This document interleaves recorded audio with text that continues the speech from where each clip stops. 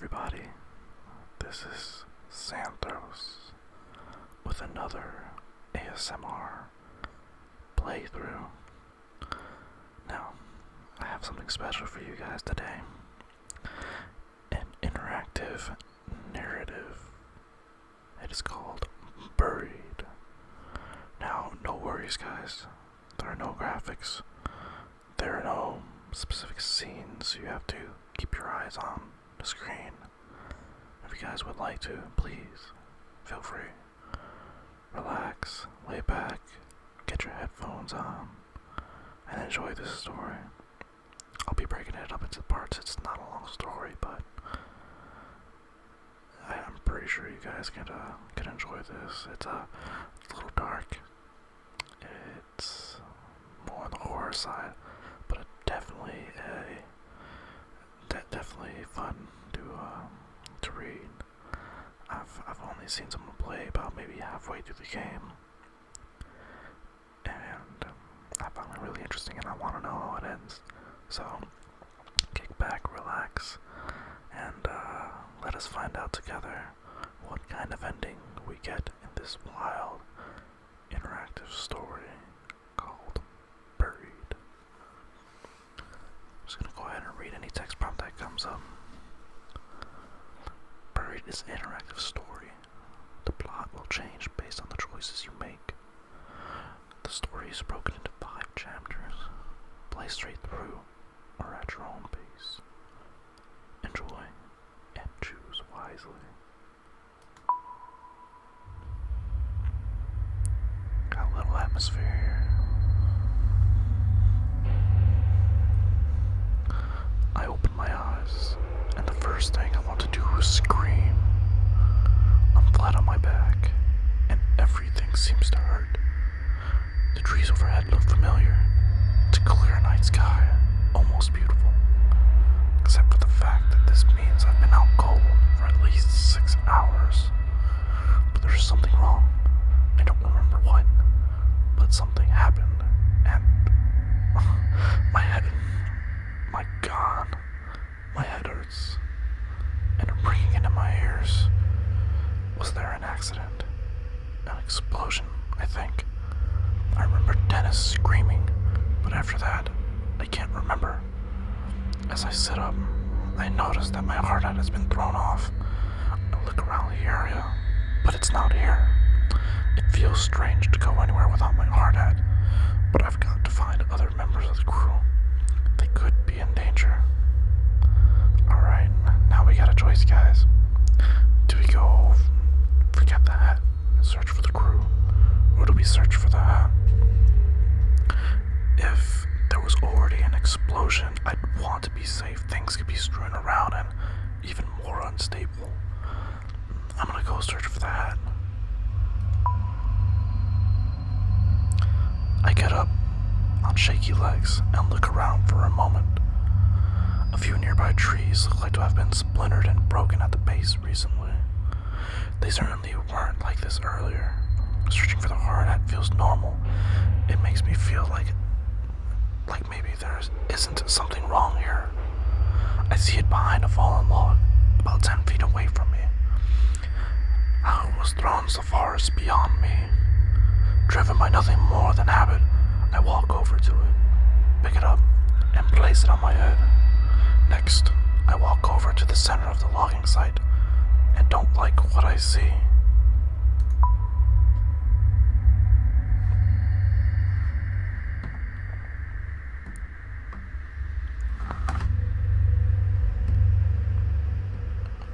The logging site looks like a bomb was detonated right in the center. I don't know where to start. The one load we had managed to stack on a truck for the day is overturned. The trailer bent and the logs hanging off the back. Where the hell is everyone? My head is killing me and is ringing in my ears. I can't hear anything. Not birds, not my footsteps, nothing. It makes me wonder if I hit my head after my hard hat flew off. I run through a quick mental checklist to make sure my brain is still working. My name is Roger Hastings. I am 41 years old. The year is 2017. I own a small logging company, and we've been logging in this strip of Kentucky woodland for almost a month now. Okay, so my brain works. That's a relief, but it also makes me fearful, because something is certainly not right here. I look around the logging site, my mind trying to figure out what happened. Just about every piece of equipment has been overturned or tilted. Alright guys, so we have the choice to look at the debris or look at the truck. The truck being overturned might be unstable, so I think looking at the debris might be safer. I don't want anything to happen to us, not this early.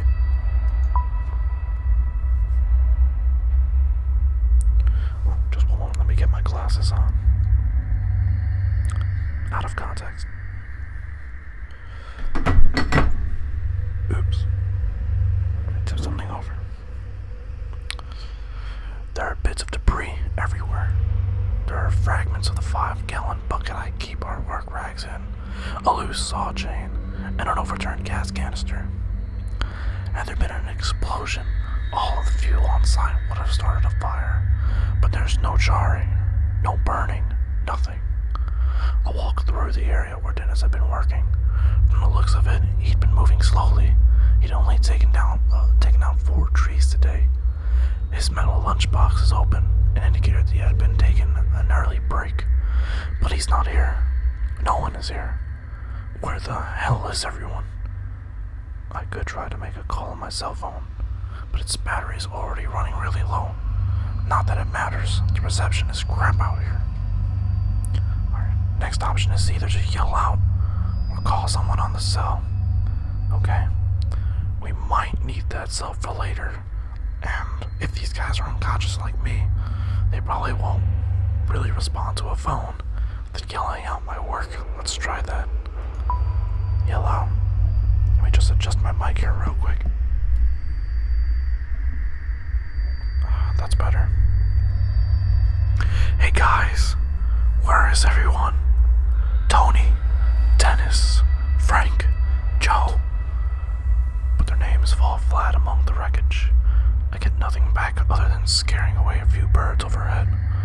Might as well start walking and try to find some answers. The highway is almost a mile back through the woods, down the gravel road we used to reach the site. Maybe the crew ran away for help. But why would they have left me? Were they scared? Out of sorts? Maybe I can catch up to them, but with my truck turned over on its side, it looks like I'll be walking. My God, I can't even remember what I was doing before waking up on my back. Wait, what's that? Underneath the bulldozer. Oh my God, it's a leg. It has to be either Tony or Dennis. The dozer looks unstable. Like might roll some more. Might not be safe to get close, but at the same time, I can't just leave him there. Alright, next option is to go look or to stay back. I'm sorry, but I'm not gonna abandon anyone here, even if they're gravely injured. Oh God, let's not be a pretty sight. Let's go look for him. Hey, I yell. Are you okay? Are you alive? Holding onto my head, I skip over the wrecked equipment and stray logs to get closer. I can see a bit more of the leg. The jeans are soaked in blood. I recognize the work boots. It's clearly Tony. His leg is bent at an impossible angle, nearly crushed flat. The closer I get, the more apparent it becomes that Tony didn't survive.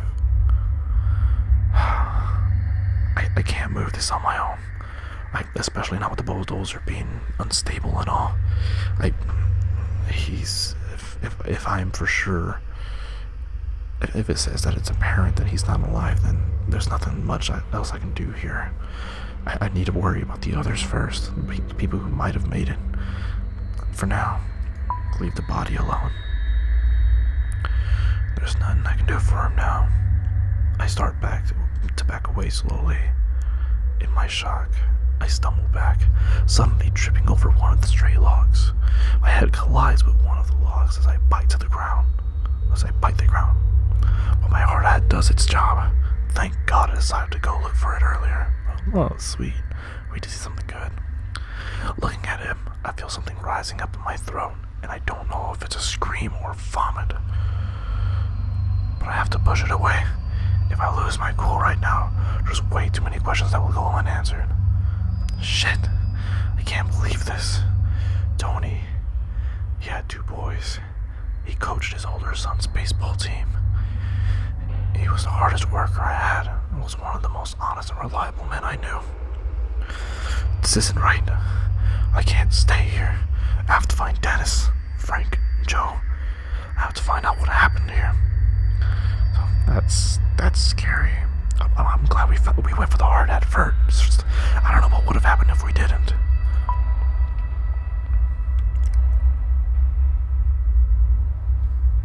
More locks. As I walk through the stacks of logs from the last week or so of work, everything feels frozen. This high-pitched sound in my ears, it's terrible. It keeps happening every few seconds. The sounds like it's coming from far away.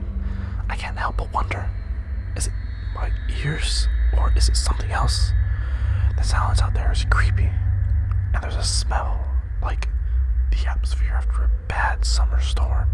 I might as well admit it, I'm a little scared. Everyone is missing, and it's dead quiet out here. There doesn't even seem to be a breeze to rustle in the leaves, branches. My right knee hurts like hell. My head hurting so bad before that I never even noticed the pain in my knee. I must have heard it during the what? Accident or... Wait, is that Dennis? I see him sitting on the ground, motionless, about 30 feet away. Okay, no, I'm gonna straight up walk to him. It gives me the option to yell out, but I need to make sure he's okay. He's just sitting there, not moving. I walk up slowly next to him. Dennis, hey, man, can you hear me? I tap him on the shoulder. He looks up at me from the ground, clearly coming out of a daze. Yeah, Roger, I hear you, he says. Dennis is built like a wrestler and has a tough personality to match. But in this moment, he looks disoriented and even a little anxious. Though I'm glad to see him, the fear on his usually confident face is alarming. What the hell happened? What's going on? He asks. I have 2 options. Don't know, the crew's missing, or an explosion, I think. I think letting him know an explosion is a bit more comforting. I don't want to cause him any more pain. So let's make sure he's calm. An explosion, I think. An explosion, Dennis says.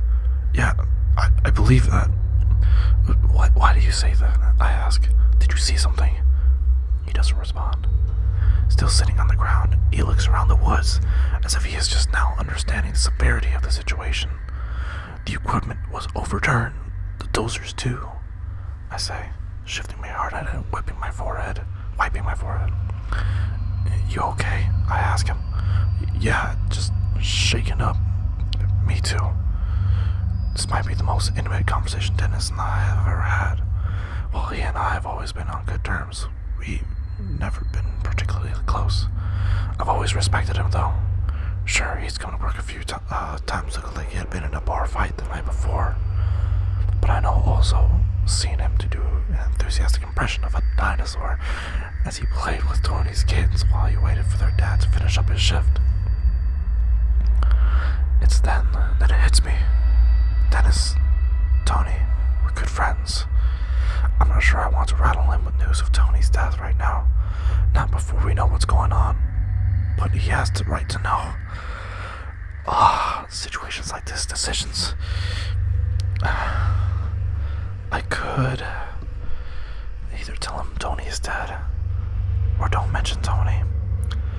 Okay, if he's injured and if he's bleeding, I don't need for his heart to be racing. I don't want him to bleed out anymore, especially if he has internal bleeding. For now, I'm not gonna mention Tony.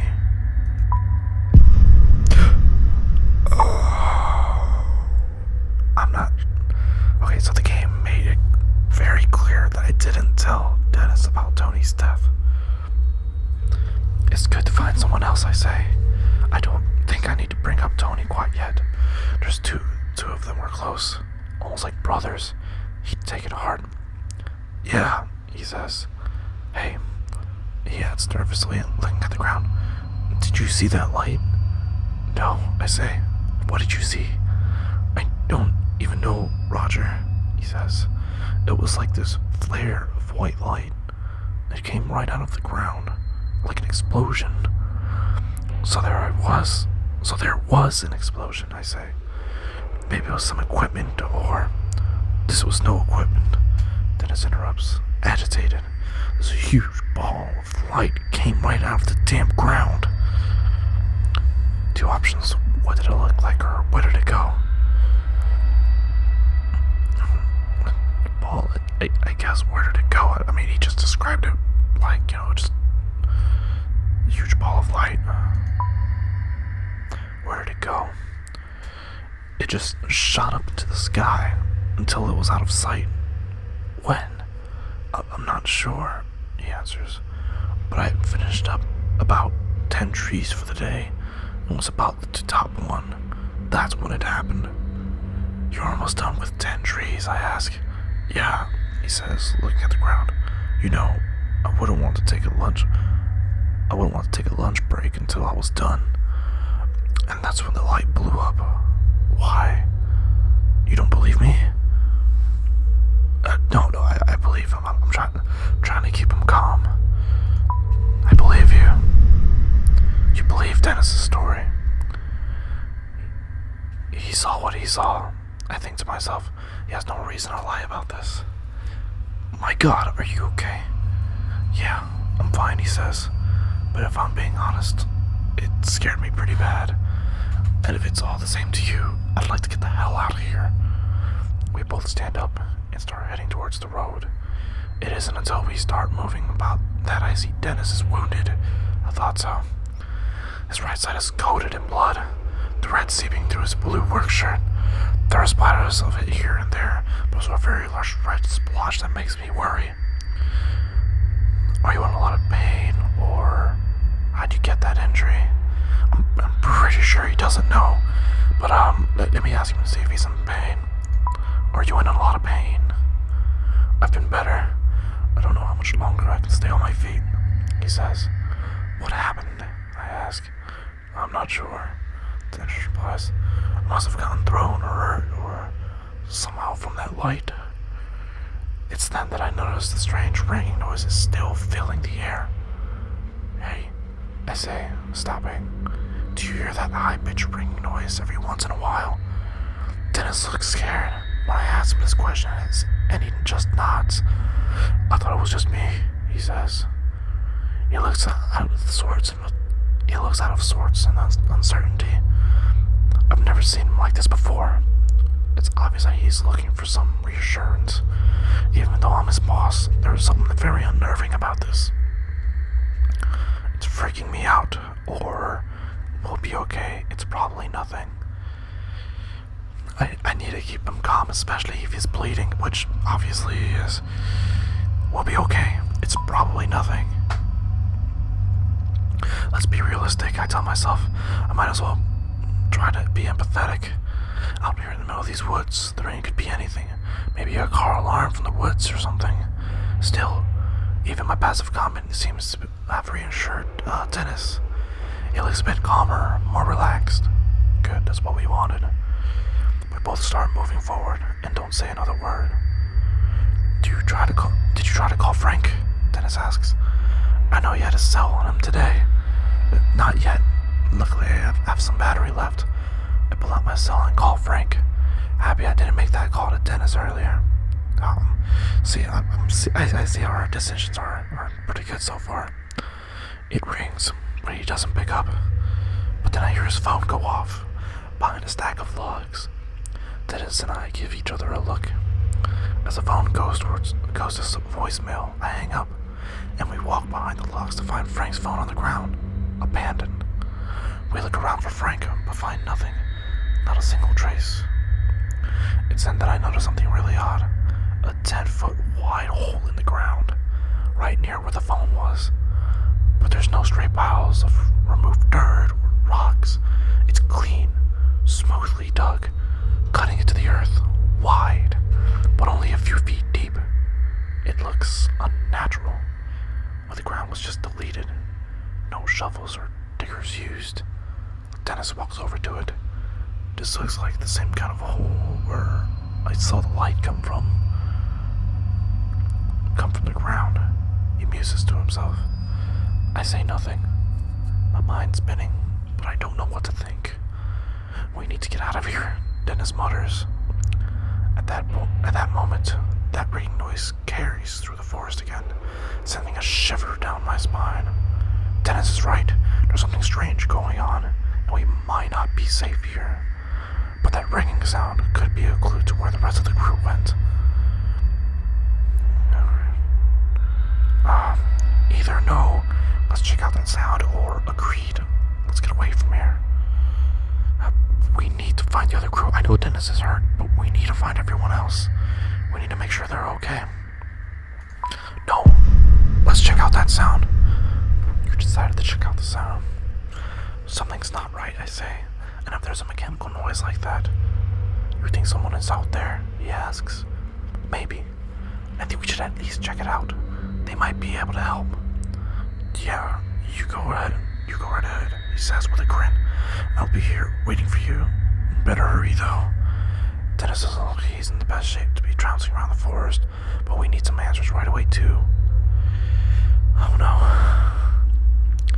I don't want to leave him here, because what if something happens to me? I need to bring him with me. I can't let anything else happen to him. If there's another explosion, then I'll be losing Dennis. Bring Dennis with me. You decided to bring Dennis along. No, you're coming with me. I bend over and hoist him up against my shoulder. He resists just barely, and then gives in. He's looking at me like he's terrified of me now, making a moan in his throat. We start moving through the woods quickly, with no idea where the rest of the crew is. I worry there could be in danger. Every tree out here looks exactly the same. I grew up in the country. I can find my way around the forest without much of a problem. But I'm feeling dizzy. I'm leaning against trees when I see something that has no business being out here. Our logging crew has been out here for 3 weeks, and I've never seen it before.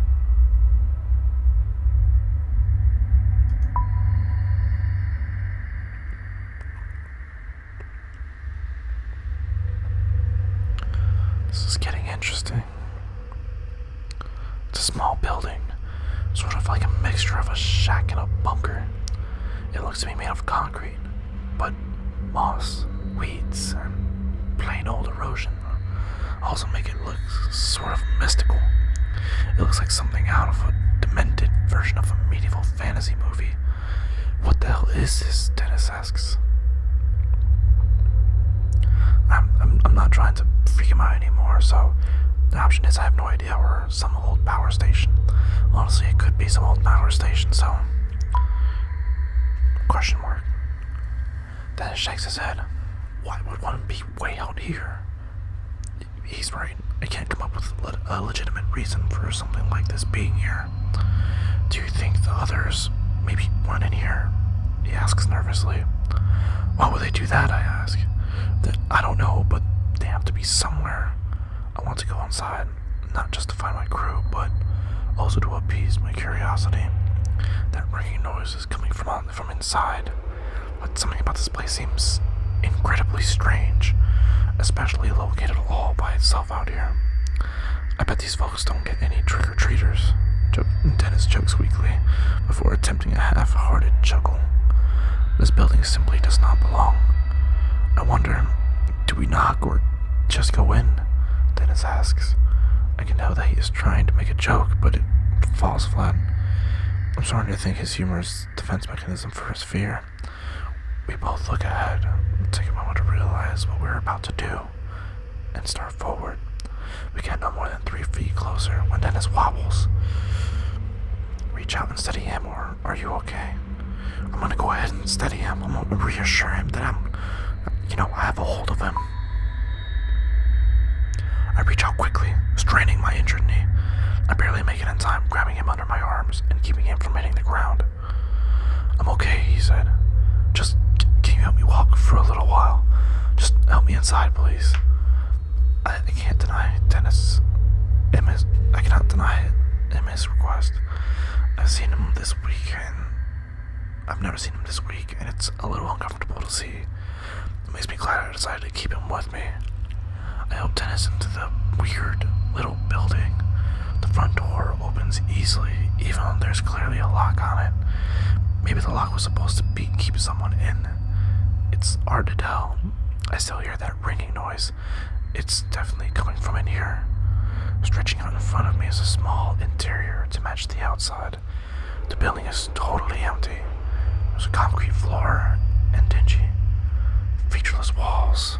There are no windows, giving the place an even more isolated feel. Still, we hear the ringing noise coming from somewhere in here. It's louder now, more prominent. The interior seems confined at first, but a small set of concrete steps leads about 5 feet down, revealing a corridor.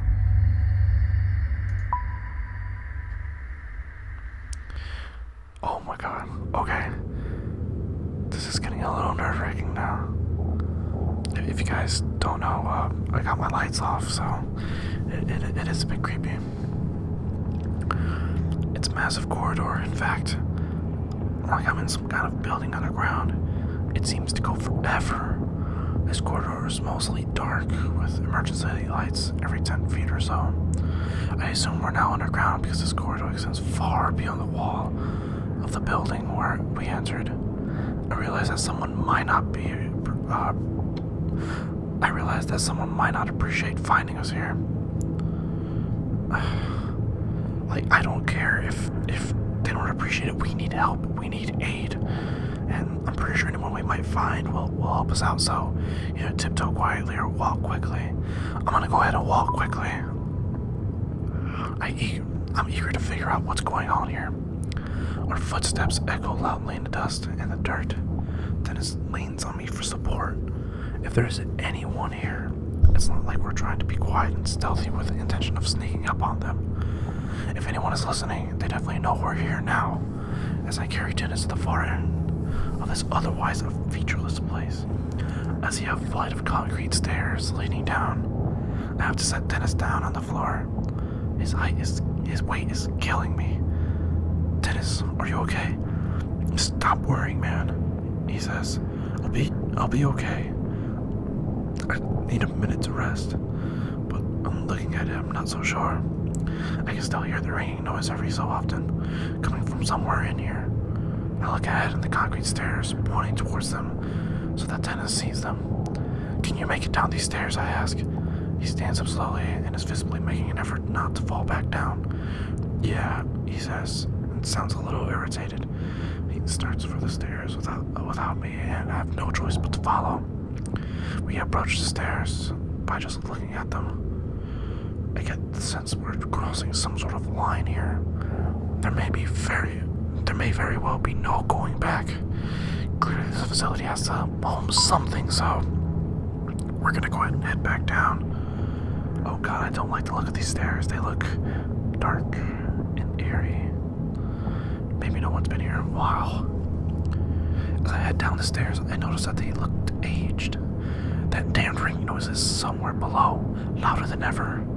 I feel like I'm walking down into the cellar of a haunted house, the light becoming scarce as the stairs take a slight turn. I can feel the temperature drop.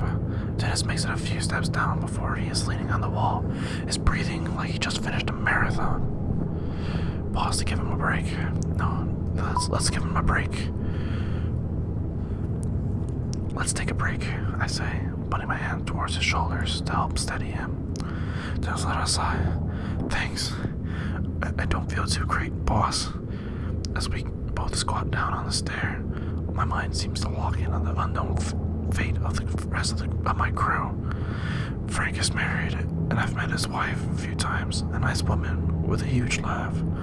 My heart sags a bit when I realize I might never get to hear him belting out classic rock tunes during lunch break. Joe, well, I don't know too much about him. He's 22 years old and is considered is considering community college. His folks are deadbeats, so he's been providing for himself since the age of 16 or so. Maybe I can still find them and still get them to hear Frank singing in his deep baritone voice after too many drinks. After a few moments, Dennis says, "Alright, let's keep going." We both stand up, leaning on each other. I have to make Dennis stay behind me as I stick my foot out in search of the next step. I can't help but feel like a child as a very powerful fear seizes me. I'm expecting a monster to reach out from the darkness, slicing into my throat. After what feels like forever, we come to the bottom of the stairs. We're closer to that ringing noise now. The door sits securely in the wall and looks just out of place down here as I feel a sliver of light seeps through, illuminating the area. The door has what looks like a panel with lots of labels and lights. Small embossed print above the panel says Level 01, Entrance Gate, Transport Sector. And there's a button with no label. Push the button or inspect the panel. I mean, if there's just a button, we need to... might as well... No, screw it, we need help now. Push the button. Push, not button. I give the button a push. One of the readings on the panel flickers to life. Outage. That's all it says. Then it goes dark. The panel looks like a diagnostic or alert system of some kind. Each label meant to communicate some status. Locked out, engaged. Experiment in progress. Shut down, engaged. Those all appear to be off. But one of the phrases says slowly blinking red light next to it. Excuse me, I sneezed. Those all appear to be off, but one of the phrases slowly blinking red light next to it, the only powered light on this whole thing. Abnormal entity breach. What the hell? I slowly push the door open when Dennis suddenly steps in front of me, taking the lead. "Let's go," he says. "I want to find out what the hell this place is." As Dennis walks through that ringing or beeping or whatever it is, it gets a little louder. The door closes behind us with a click. I can't help but notice the wobble in Dennis' step as he lets out a grunt. "You sure you're healthy enough to keep going?" I ask. "It doesn't matter. I don't want to be in the woods right now." He seems scared. Something I've never seen before. Angry, yes. Upset, yes. But Dennis is never scared. I think he might have seen something. The option is, what did you see or what's so dangerous? I'm asking him what he saw. Because if he noticed anything else. I don't know what it was, boss. It was like someone had left the radio on, crackling. But we don't have any radios at the site. It was, I don't know. It was like something in the forest was moving. I give him a doubtful look as he casts his eyes to the ground, frustrated. "I know how it sounds," he says, "but I know what I felt. It was like walking into a funeral parlor, feeling death and gloom everywhere. I've been so preoccupied with my own fear that I nearly forget about the ringing noise. It had become just background noise. We take a few steps, and I can now see where we are. It makes no sense, yet another thing that simply seems out of place. The shapes, muted colors of metal are easy to identify, but it doesn't belong here." End of chapter 1. Well, it just got good. It like everything just peaked. And here it is, the end of chapter 1. I'm definitely going to be making 5 parts to this, because if I recall, there are 5 chapters. I don't know if the other ones are longer or not. I know this one was about 30 minutes or so.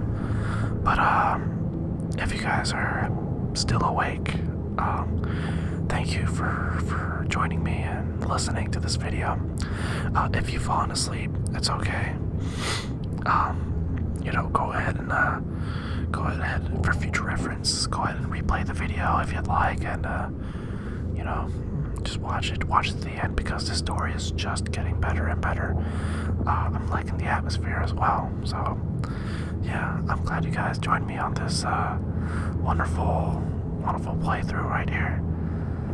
And thank you. I wonder, I'm just hoping that Dennis is gonna be alright, because any kind of internal bleeding, like, isn't good at all. I'm hoping we'll be able to find probably a first aid kit or something like that might be able to help him. So, once again, thank you guys for joining me. The next chapter will be out not next week, but the week after. Next week, I got a treat for you guys. The beginning of a major series. The reason why I'm doing a major series there is because I want to have something I can always go back to. I know this one, I'm coming back to this one, but this one's only going to be 5 videos, 5 chapters. And this other series is going to be a very long series. Or at least I expect it to be, and I think it's going to be something really nice, something a bit more jolly. So thank you guys. This has been Xanthros ASMR and stuff. Yes, my outros are wonderful. Have a good night, guys. Stay safe.